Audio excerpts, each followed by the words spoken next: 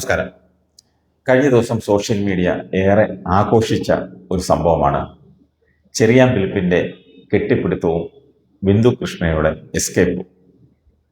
വിവാദമായ ആ കെട്ടിപ്പിടുത്തത്തെക്കുറിച്ച് നായകൻ ചെറിയാൻ ഫിലിപ്പ് പറയുന്നത്, ഓർക്കണം, ദിവസങ്ങളായി ഉറക്കം നഷ്ടപ്പെട്ടു എന്നാണ്. ഒരാവേശത്തിൻ്റെ പുറത്ത് വേണ്ടാത്ത പണിയൊക്കെ ചെയ്തിട്ട് ഇപ്പോൾ കിടന്ന് മോങ്ങിയിട്ട് വല്ല കാര്യമുണ്ടോ? ഈ സംഭവം ഓർമ്മയുണ്ടോ? നിയമസഭാ തെരഞ്ഞെടുപ്പ് ഫലം വന്നതിന് പിന്നാലെ ഇന്ദിരാഭവനിൽ ഈ വിജയിച്ച MLA-മാർ വന്നപ്പോൾ അവരെ ഓടി നടന്ന് കെട്ടിപ്പിടിക്കുകയായിരുന്നു ചെറിയാൻ ഫിലിപ്പ്. അങ്ങനെ ബിന്ദു കൃഷ്ണ വന്നപ്പോൾ കയറി കെട്ടിപ്പിടിക്കാൻ ശ്രമിച്ചു.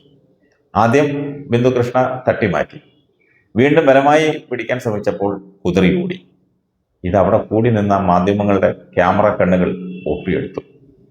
അങ്ങനെയാണിത് പുറം ലോകം പറഞ്ഞത്. വീഡിയോയും ഫോട്ടോകളും സോഷ്യൽ മീഡിയയിൽ വൈറലായി. സോഷ്യൽ മീഡിയയിൽ ഇങ്ങനെ പാറിപ്പറക്കുകയായിരുന്നു. തെരഞ്ഞെടുപ്പ് വിജയലഹരിയിൽ പരിസരബോധം മറന്നുപോയ നിമിഷമായിരുന്നു അതെന്നാണ് ചെറിയാൻ ഫിലിപ്പ് അതിനെക്കുറിച്ച് പറയുന്നത്. മാധ്യമപ്രവർത്തകർക്കും ക്യാമറകൾക്കും മുന്നിൽ ആൺപെൺ വ്യത്യാസമില്ലാതെ സഹപ്രവർത്തകരെ ആലിംഗനം ചെയ്തതിൽ തൻ്റെ ഭാഗത്ത് നിന്നും എന്തെങ്കിലും അനൗചിത്വം തോന്നിയിട്ടുണ്ടെങ്കിൽ പൊതുസമൂഹം ക്ഷമിക്കണമെന്നാണ് ഇപ്പോൾ ആണയിട്ട് പറയുന്നത്.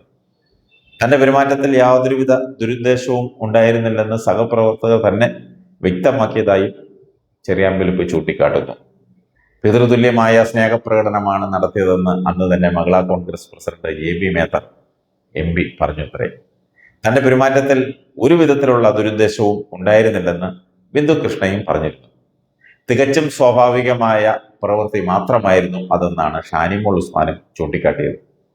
വർഷങ്ങളായി പരിചയമുള്ള അവരെല്ലാം എൻ്റെ കുഞ്ഞനുജത്തിമാരാണ്.